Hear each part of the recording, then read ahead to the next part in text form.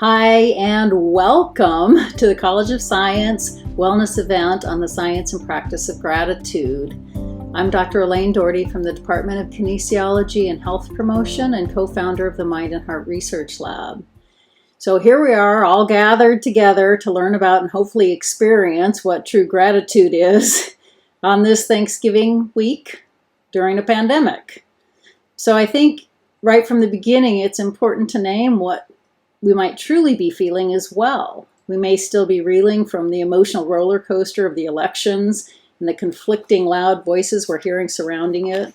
We may be inundated with anxiety over relentless, difficult news headlines, and you may be struggling with the contradiction of what you wish inclusivity looked like versus what you are actually seeing. You may be struggling to navigate a virtual life with new or shifting school or job requirements, shifting demands in your home environment. Then, of course, there's the virus. From all the unknown fear of a loved one getting sick, non-specific anxiety around it all, and then there's the loneliness that may be surrounding it. And then there's the question of what this all means for the holidays, and most immediately Thanksgiving coming up this week. And yet, here we all are. Something in us knows, or at least hopes, that finding some gratitude within it all may help ease some of the emotional distress and help with some balance. I'm here to tell you that yes, that's absolutely possible if gratitude is understood and practiced as a true experience, not a forced or fabricated idea. I'll come back to this point in just a few moments. But first, let's talk about what the research says about gratitude. According to the research, people who practice gratitude feel more energetic, alive, enthusiastic, determined, attentive, and alert. They feel increased vitality, exercise more regularly, report fewer physically debilitating symptoms of depression, and feel better about their life as a whole. Gratitude helps you be more resilient in the face of trauma and has been shown to be effective in building psychological, social, and spiritual resources. It's been shown to reduce cortisol, our primary stress hormone, increase oxytocin, the primary hormone of your calm and connection system, and activate parts of your brain associated with social networks. More often than not, it is a predictor of healthy relationships. And by far one of the most significant and surprising things that we found out from the research on gratitude is its profound effect on the reduction of feelings of loneliness. Probably pretty important at a time like this. And by no means an exhaustive list of all the benefits of gratitude. However, I think we can learn a lot more by looking at the research that shows when gratitude doesn't work. And what that research shows is that if gratitude is practiced with feelings of ambivalence or other overriding feelings, then it doesn't work. And so I think that we can go back to the science of the body and use that as a framework of understanding why and when gratitude works and how to make it more effective in its practice. We live in a psychophysiological system of adaptation. So what does that mean? The human bodies that we live in, and again, I'm not just talking about our bodies from our shoulders to our toes. I'm talking about our whole mind-body complex. Our whole mind-body complex reflects every moment of every day, of every experience that we're having in all the systems of our body. Number one. Number two, and even maybe more importantly, that our bodies adapt to anything that we routinely do. It's like riding a bicycle or learning a math problem. Like anything that we routinely do, we actually change our capacities to experience more of the same, and our emotional systems are no different. So every moment of every day, we are transforming, whether we know it or not, and whether we like it or not. And what we're transforming to is more of our routine experience. And I'm not saying where the experience comes from. That's the job of the philosophers and the theologians. But what I am here to tell you from a scientific standpoint, every moment is reflected in the physiological systems of our body as an emotional experience.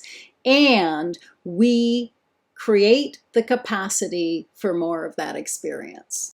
Also, super important to understand is that we have two drives built deep within us. We have our fear response drive, which you've probably heard about a lot, but we also have a drive called our calm and connection drive. And the truth is we needed both of those drives to survive as a species. Yes, we need to have how to react and react very quickly from any kind of sense of danger.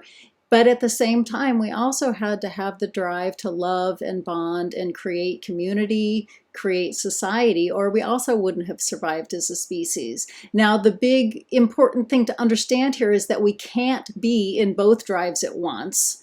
The drive that you're in most often is the drive that really becomes the primary force of your life. And because each drive carries its own physiological imprint, we see everything through the lens that we are currently grounded in. And most importantly, that physiological imprint reflects our authentic experience, and we mold to our authentic experience, not just what we're trying to will or think. And if there's some kind of disconnect between what you're honestly emotionally experiencing and what you're trying to talk yourself into, the honest, authentic experience is the one that's going to create the physiological imprint, and it's also going to be the thing that you mold more to. So what does this all have to do with the practice of gratitude?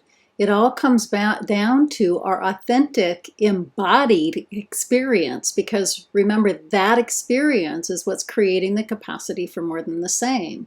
So what happens when people feel like they need to practice gratitude? It may feel like you're supposed to be grateful for everything in your life, and you're not at this moment because you may be more grounded in your fear response system, which makes it hard to reach those feelings of gratitude. That's important to note because it needs to be an authentic shift. Another misunderstanding around gratitude is that people feel like they need to be grateful for everything, and then they feel shame because they don't, and shame is the more presenting experience. Or it's more of a perfunctory thing. I got to write 50 things every day that I'm grateful for, and it just becomes more of a rote experience than any authentic experience of gratitude.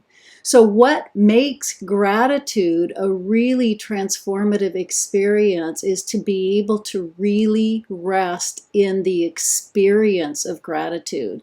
It's not the mental practice, it's the authentic emotional experience. So how do we begin to look at how that works? Well, first of all, a lot of times when we go to feel gratitude, there's another underlying larger emotional experience that we need to acknowledge. So two things here we need to look at when it's really not gratitude. And then the second piece is, how do we really cultivate effective gratitude where it really makes a difference in our life?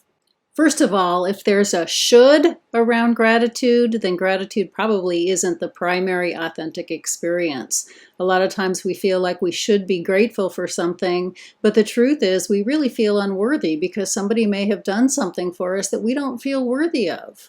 Or we may feel indebted, or we may feel ambivalent, or we may feel shame around something that we think we should feel grateful for that we really don't for some reason or another. And again, those things need to be dealt with in a different time and different place. But as far as the practice of gratitude itself goes, we need to really focus on things that are truly conjuring up those authentic feelings of gratitude. And in the world of neuroscience, little changes go a long way, because remember, we're just trying to change our experience enough that our body begins to mold to that physiological imprint. So it's not as the thought so much as the emotional experience. So it's way better to focus on fewer really honest experiences of gratitude than it is to feel like you have to feel grateful for everything that you're not and force yourself into an inauthentic experience. So what does that look like? So what I'm going to do today is I'm going to lead you through a short activity, teach you a couple tools, and really give you an experience, hopefully, of what authentic gratitude feels like. Because you can create the experience. If the thought helps create the experience, great, but it's not ultimately a mental exercise. Ultimately, it's an experiential exercise. So the more you can deeply experience gratitude, the more it begins to really strengthen the circuits for gratitude in your life, so you naturally live from that space and gain all of those benefits that the research showed us. So we're going to do a short activity, we're going to learn some tools, and ultimately, and the most importantly, we're going to really experience what gratitude feels like.